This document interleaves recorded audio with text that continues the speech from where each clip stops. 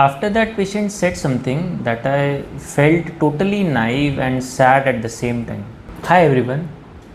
So usually I don't discuss the cases of my patient in this platform, but today I felt the need to address this. For the reference, I am a psychiatrist and I work in a de-addiction center. So आज मेरी OPD में एक 19-year-old young patient आया था अपने भाई के साथ. उनका भाई उनसे 3 से 4 साल बड़ा होगा. एंड कॉन्वर्सेशन के स्टार्टिंग में उनका भाई बताता है कि पेशेंट 2 से 3 साल से चिट्टा यानी कि हीरोइन IV यूज़ ले रहा है और फैमिली उसे पूरी तरीके से सपोर्ट कर रहा है, बार बार सपोर्ट कर रहा है, बट पेशेंट जो है चिट्टा छोड़ नहीं पा रहा है. So after taking the history I try to psycho educate the patient regarding the harmful use of IV heroin.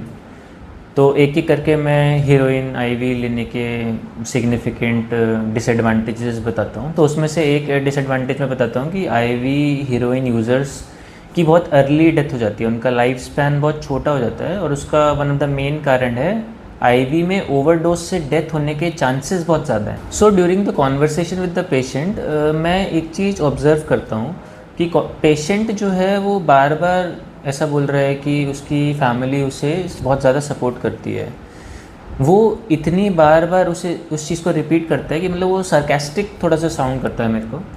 तो फिर मैं पेशेंट के भाई को बोलता हूँ कि आप थोड़ी देर बाहर रुकिए, मैं पेशेंट से थोड़ा अकेले में बात करता हूँ. The patient told me that from the last 2 days, deliberately, he's been trying to overdose. He said कि मुझे peacefully मर जाना बेहतर है. After hearing this, I was actually surprised and my heart sank actually like anything.